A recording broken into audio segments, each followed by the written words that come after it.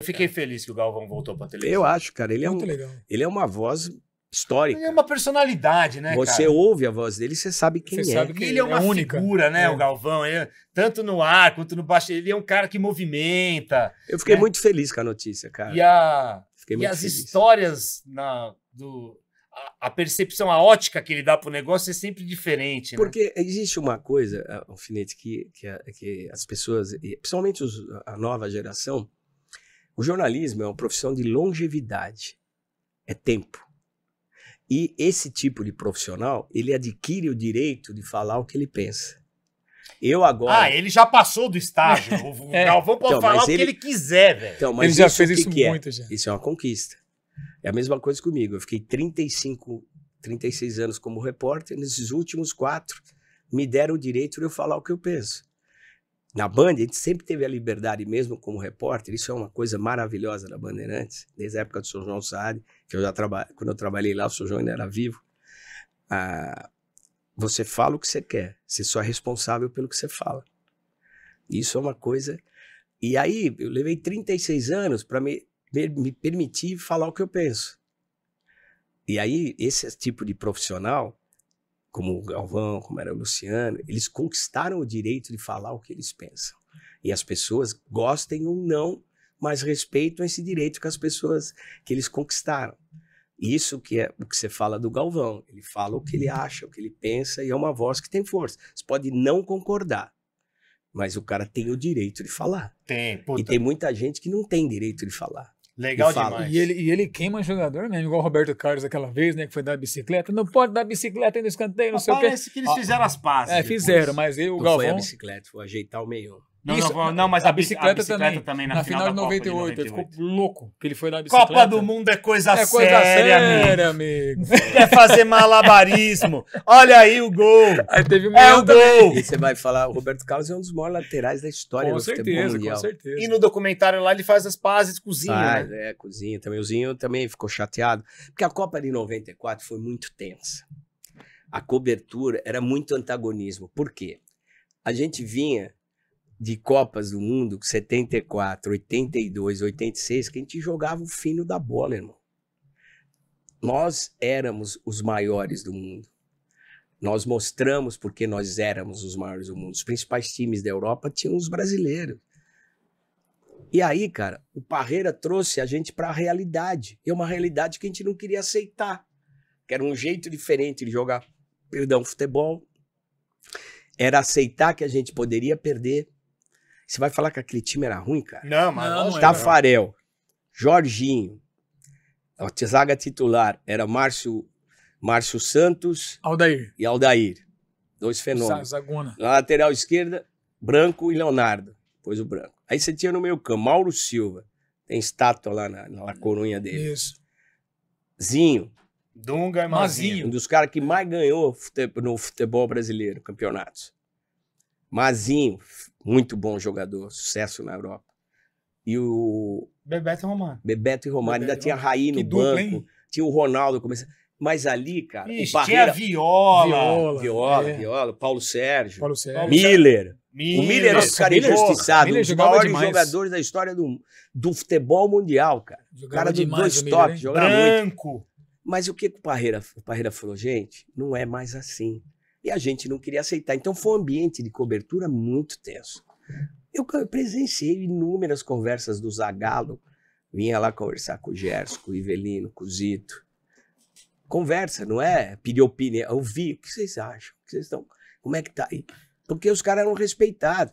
Mas para a maioria do povo brasileiro, aquilo não era o futebol do Brasil. Por isso que ninguém parece que nós não ganhamos 94. Parreira trouxe a gente para a realidade. O futebol brasileiro hoje tá assim. O futebol mundial tá difícil de encarar se não jogar assim. E foi o que aconteceu, que aquela história do o gol é um detalhe. Por quê, cara? O Parreira é um cara que tem uma visão fantástica.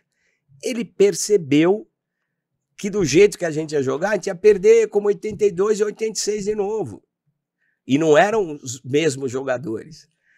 E aí foi quando ele trouxe a gente para a realidade. E as pessoas não aceitavam, o povo não aceitou, nós não aceitamos. Até a gente entender, levou mais 20 anos. E nós só ganhamos em 2002 porque só tinha fenômeno tinha naquela gênio. seleção, É. irmão. É verdade. Rivaldo, Ronaldinho, Cafu, Roberto Carlos, Marcão voando. Os 3 goleiros eram fenomenais. Denilson, cara. Edilson tava lá.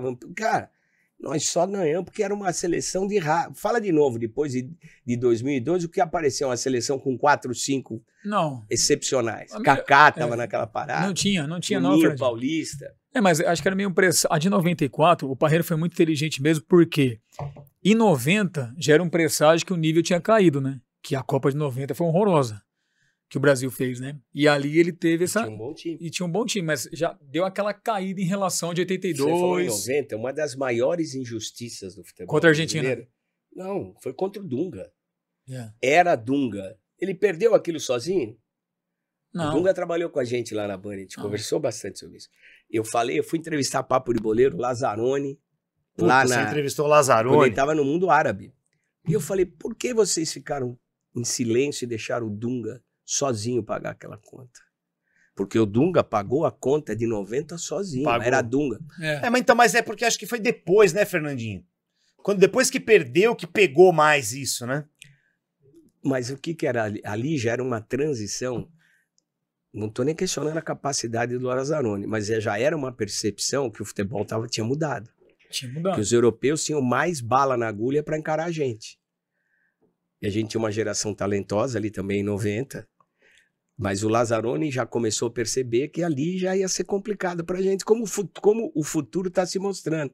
2002 foi a última geração de ouro do futebol brasileiro.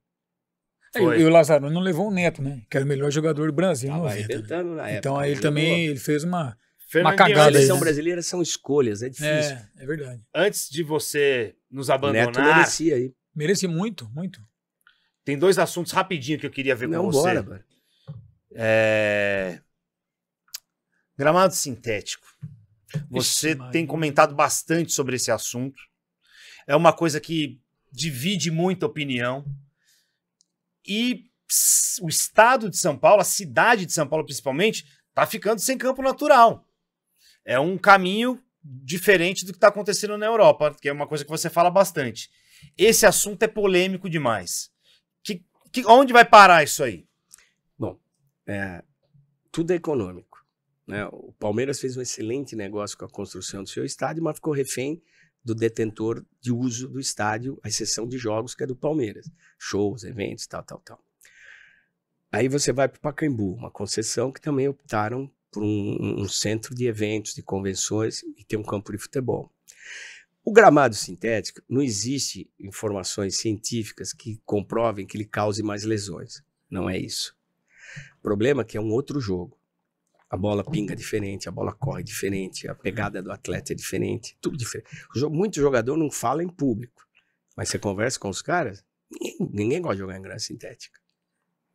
É uma realidade A econômica. freada é diferente, Você né? viu o Yuri lá na finalização, que ele está deslizando assim? Mas olha só que loucura, cara. Hoje em São Paulo a gente tem só o Morumbi e a Arena do Corinthians e gramados naturais, o Corinthians sendo um gramado híbrido, né? Mas não é sintético, puro. 30%, se eu não me engano, é sintético. Eu acho que nem isso, Fernandinho. menos, Acho né? que é menos. E a grama natural. É só uma Aí compensação você tem ali. o Palmeiras, Barueri, o novo Canindé, que vai ser sintético, que é uma arena multiuso. A nova Vila Belmiro deve Que ser não uma saiu nova do arena papel muito... esse Não, projeto ainda. mas o projeto da W Torre é botar grama sintética. E você tem... A Barueri eu já falei, né? Já. Você só tem o Corinthians e o São Paulo. Aí o São Paulo agora trocou a grama, há pouco tempo, no começo do ano, trocou a grama do campo. Para trocar a grama do campo custou R$1,5 milhão de reais. E aí você coloca mais R$100 mil por mês chutando alto de manutenção. Então nós estamos falando para colocar uma grama nova, top, 4 milhões por ano. É dinheiro de pinga para time de futebol. Do tamanho do São Todo Paulo. ano, se você trocar gramado, mas o Juventus não pode, o Mirassol não pode. Cara, É um mês do salário do Memphis aí. o que tem que fazer? São 20 times na Série A. A CBF paga os 20 gramados da Série A. São 80 milhões por temporada. Vamos fazer o seguinte, eu pago metade e você paga metade. Qualquer patrocinador banca isso aí. Série B, a mesma coisa. No futebol brasileiro, a gente não preserva duas... A gente pensa em tudo, mas três coisas que não melhoram.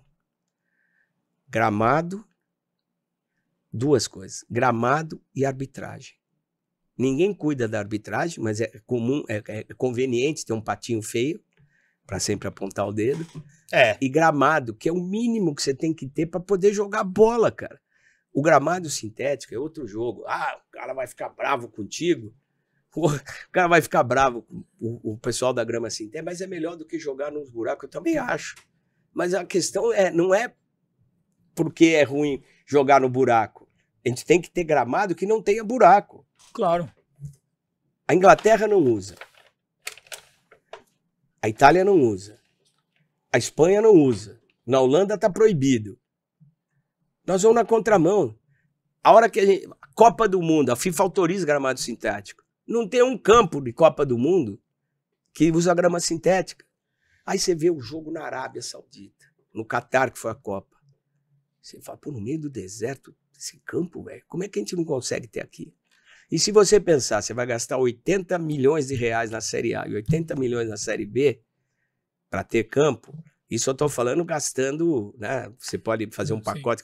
É dinheiro de pinga para qualquer federação, para a Confederação Brasileira e para qualquer time. É só querer ter o bendito do bom gramado. É a falta de interesse da CBF. Mas eu tenho que fazer show. Aí é outra discussão. Porque os clubes estavam falidos, não conseguiram ter as suas arenas. Não é o mesmo jogo, é diferente. É diferente. Aí porque o Soares, que quando esteve aqui arrebentou no Grêmio, não jogava em gramado sintético. O Messi lá nos Estados Unidos não joga em gramado sintético. O futebol americano, a NFL, está abolindo o gramado sintético. Por que a gente tem que ter? É econômico e tal. Mas, cara, se a gente quer ter um futebol melhor, a gente tem que ter o mínimo. Que é um bom campo, um estádio para receber as pessoas, em condição. E a gente não se preocupa com o básico, que é o bendito do gramado, irmão. Mas aqui se joga muito. Joga. Na Europa, os times jogam 55 jogos, 60 jogos na temporada. Um time que vai longe aqui chega a 70, 75. É uma diferença, mas não justifica ter esses gramados horríveis que a gente tem. Não dá. É foda, e é outro jogo, velho. O gramado sintético, por mais que ele tá...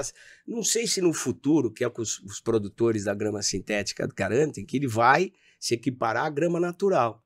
Mas por enquanto não é. Nunca vai ser. Pode perguntar. Pode chegar mais próximo. Pode perguntar para qualquer jogador, os caras podem não falar em público, mas na interna, outra conversa. Esse é o problema do torcedor. O torcedor ele cria uma percepção que é muito distante da realidade. E esse momento de clausura que os clubes estão vivendo aumenta essa, eu acho que é assim. E não é. Porque quando eu falo do gramado sintético, o cara acha que eu estou falando contra o Palmeiras, que eu estou falando contra o Botafogo, que eu estou falando contra o Atlético Paranaense. Não é, cara. Eu estou falando a favor do jogo, do futebol, que é o que me interessa. A, B, ou C ou D ganhar, meu salário não muda. Eu ganho a mesma coisa, cara. Eu sou obrigado a fazer o que esperam que eu faça. Ganha a mesma fortuna, cara. Isso aí não muda nada. Isso é outra história.